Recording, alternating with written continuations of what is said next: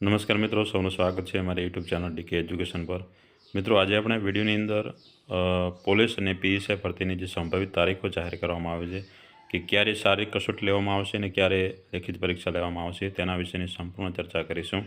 તો મિત્રો, હમણાં ટૂંક સમયની અંદર જ પોલીસ લોકરક્ષકની ભરતીના ઓનલાઈન ફોર્મ ભરાઈ ગયા અને હમણાં જ જેને ઉંમર થતી નથી અને જે ઉમેદવારોને ફોર્મ ભરવાનું બાકી હતું તેમને ઓગસ્ટ મહિના એટલે હાલની અંદર તેમને ચાન્સ દેવામાં આવ્યો છે। હાલની અંદર ઓનલાઈન અરજી કરવાનું પણ ચાલુ છે કે જે ઉમેદવારોએ ઉંમરના કારણે જેમણે ફોર્મ નથી ભરી શક્યા તેઓના માટે હાલ પણ તારીખ જાહેર કરી દેવામાં આવી છે અને લોકરક્ષક ભરતીનું પોર્ટલ પણ ખુલ્લું મૂકવામાં આવ્યું છે, જેના દ્વારા જે બાકી હોય તો ઉમેદવાર પોતાનું ફોર્મ ભરી શકશે। તો મિત્રો, શારીરિક કસોટી અને લેખિત પરીક્ષાની સંભવિત તારીખ વિશેની ખાસ માહિતી જોઈશું। તો તેના પહેલાં મિત્રો આપણે ખાસ જોઈ લઈએ કે લોકરક્ષક ભરતીની જે 12,472 જગ્યા પર જે ભરતી જાહેર કરવામાં આવી હતી તેની અંદર મિત્રો કયા પદો પર કેટલી ભરતી છે તેના વિશેની ચર્ચા કરીએ, પછી આપણે જોઈએ કે કઈ પરીક્ષા ક્યારે લેવામાં આવશે। તો મિત્રો, ભરતીની વાત કરવામાં આવે તો કયા પદ પર કેટલી ભરતી છે, તો કુલ મિત્રો 12,472 પદ પર જે આ લોકરક્ષકની ભરતી કરવામાં આવવાની છે તેની અંદર મિત્રો બિન હથિયારી પોલીસ સબ ઇન્સ્પેક્ટરની અંદર 316 એટલે કે જે પીએસઆઈ કહેવાય તે બિન હથિયારી પીએસઆઈ 316 પુરુષો અને 156 મહિલા કર્મચારીઓની ભરતી કરવામાં આવશે। જ્યારે મિત્રો બિન હથિયારધારી જે પોલીસ કોન્સ્ટેબલની વાત કરવામાં આવે તો મિત્રો પોલીસ કોન્સ્ટેબલની અંદર 4,422 પુરુષો અને 2,187 મહિલા ઉમેદવારોની ભરતી કરવામાં આવશે। અને બીજું મિત્રો એસઆરપીએફની વાત કરવામાં આવે એટલે હથિયારધારી પોલીસ કોન્સ્ટેબલની વાત કરવામાં આવે તો મિત્રો તેના માટે 1,000 પુરુષ ઉમેદવારોની અરજી મંગાવવામાં આવે છે। જેલ સિપાહીની વાત કરો તો મિત્રો 1,013 પુરુષો અને 85 મહિલા કર્મચારીઓની ભરતી થશે। તો આ મિત્રો કુલ 12,472 પદ પર જે પોલીસની ભરતી કરવામાં આવે છે એટલે મિત્રો એક મોટી ભરતી કહી શકાય। હમણાં જ જે ભરતીઓ ગઈ હતી ઘણી બધી મોટી ભરતી બમ્પર ભરતી કહેવાય, આ પણ એક બમ્પર ભરતી આવી રહી છે। તો મિત્રો આની અંદર આ પદ ઉપર જે આ ભરતીઓ હતી તેના વિશેની આપણે ખાસ વાત કરી। હવે મિત્રો ખાસ આપણે જોઈ લઈએ તો ભરતી બોર્ડની વાત કરવામાં આવે તો શારીરિક પરીક્ષા ક્યારે લેવામાં આવશે તેની આપણે ખાસ વાત કરીએ તો મિત્રો જે સંભવિત તારીખો છે કે આ મહિનાની અંદર લેવામાં આવશે, ફિક્સ કોઈ તારીખ જાહેર કરવામાં આવી નથી, પરંતુ સંભવિત તારીખ મુજબ જે મહિનો છે તે મહિનો નક્કી કહી શકાય। તેના કારણે હવે ઘણો સમય બાકી નથી, તમે તેને તૈયારી ચાલુ કરી દેશો। તો મિત્રો વાત કરીએ તો ગુજરાત રાજ્ય પોલીસ ભરતી બોર્ડ 2024 ભરતીની જે પ્રક્રિયા હતી તેના અંદાજિત સમયપત્રકો પર ખાસ નજર જોઈએ તો મિત્રો જાહેરાત 13 માર્ચના રોજ જાહેરાત કરવામાં આવી હતી 12,472 જગ્યાઓ માટે અને ઓનલાઈન અરજીનો સ્વીકારવાનો સમયગાળો પણ 4 એપ્રિલથી 30 એપ્રિલ સુધી રાખવામાં આવ્યો હતો।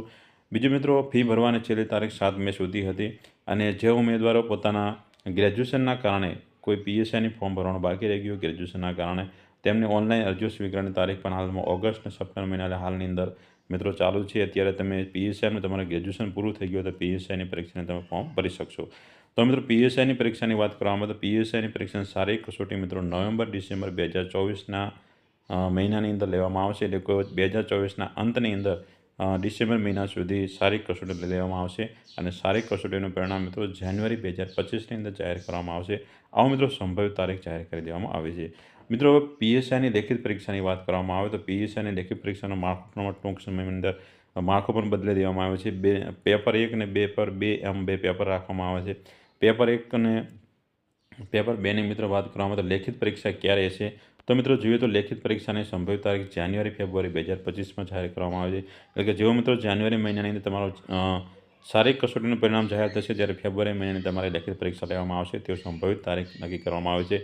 પેપર 1 જે ઓએમઆર પદ્ધતિની અંદર જાહેર કરવામાં આવશે અને તેના ગુણ મિત્રો ફેબ્રુઆરીની અંદર તેને જે એટલે કે આન્સર ક્યુ જાહેર કરી દેવામાં આવશે અને પછી કોઈ આન્સર ક્યુની અંદર ભૂલ હોય તો તેના રીચેકિંગ માટે પણ ફેબ્રુઆરી મહિનાની અંદર તારીખ જાહેર કરવામાં આવશે અને પછી answer key final answer key આવ્યા પછી માર્ચ મહિનાની અંદર તેનું પરિણામ જાહેર કરવામાં આવશે તેવું જાહેર કરી દેવામાં આવે છે। બીજું મિત્રો લેખિત પરીક્ષા પેપર નંબર 2ની વાત કરવામાં આવે તો જે પેપર 1ની અંદર પાસ થયા હશે તે ઉમેદવારોનું પેપર 2 ચકાસવામાં આવશે। આવું પણ હમણાં ટ્વીટ કરવામાં આવ્યું હતું તે જાહેર કરવામાં આવે છે કે એક નવી બિગ અપડેટ આવી હતી કે જે પીએસઆઈની પરીક્ષાની અંદર જે મિત્રો પેપર 1ની અંદર પાસ થયા હશે એનો જ પેપર મિત્રો પેપર નંબર 2 ચકાસણી કરવામાં આવશે, બાકી એની ચકાસણી થશે નહીં, કેમ કે પેપર તો બંને લેવામાં આવશે, એક દિવસની અંદર પેપર 1 અને પેપર 2 બંને પેપર લઈ લેવામાં આવશે, પરંતુ જે મિત્રો પેપર 1ની અંદર પાસ થશે ઓબ્જેક્ટિવ પરીક્ષાની અંદર તે જ મિત્રોનું પેપર 2ની કામગીરી કરવામાં ચકાસણી કરવામાં આવશે તેવું આપણે જાહેર કરી દેવામાં આવ્યું હતું। તો તેની ચકાસણી મિત્રો માર્ચથી જુલાઈ મહિના સુધી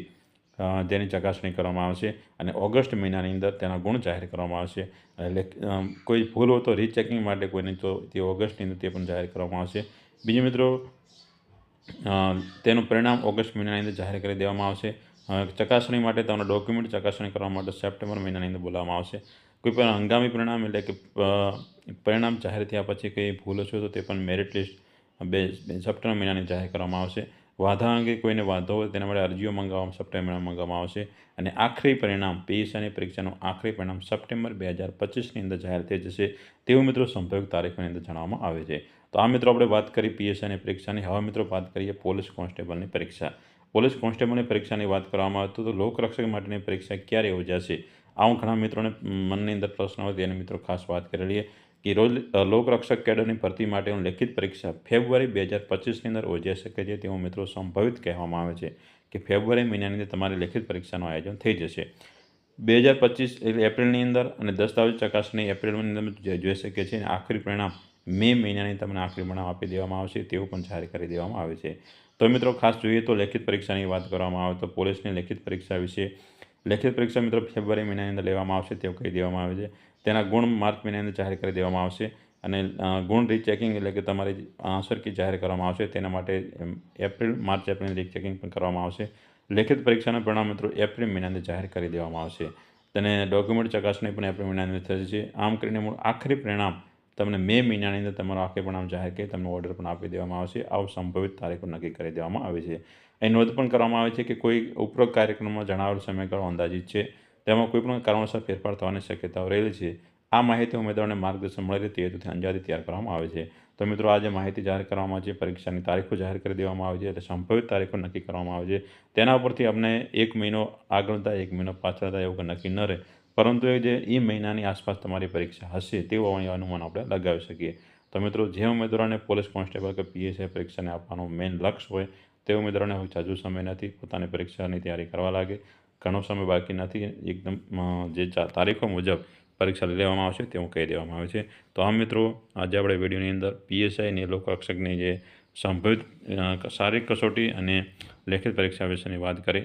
તો મિત્રો વિડીયો ગમ્યો તો વિડીયોને લાઇક કરી શેર કરતા રહેજો. ચેનલ સાથે જોડાયા રહેજો. ચેનલ પર પહેલી વખત આવ્યો તો ચેનલ લાઇક કરી સબસ્ક્રાઈબ કરજો જેથી તમને આવા સ્પર્ધાત્મક પરીક્ષાને લગતા એજ્યુકેશનને લગતા વિડીયોની અપડેટ મળે રહે. ફરી મળીશું નવા વિડીયો સાથે. ત્યાં સુધી સૌને જય માતાજી.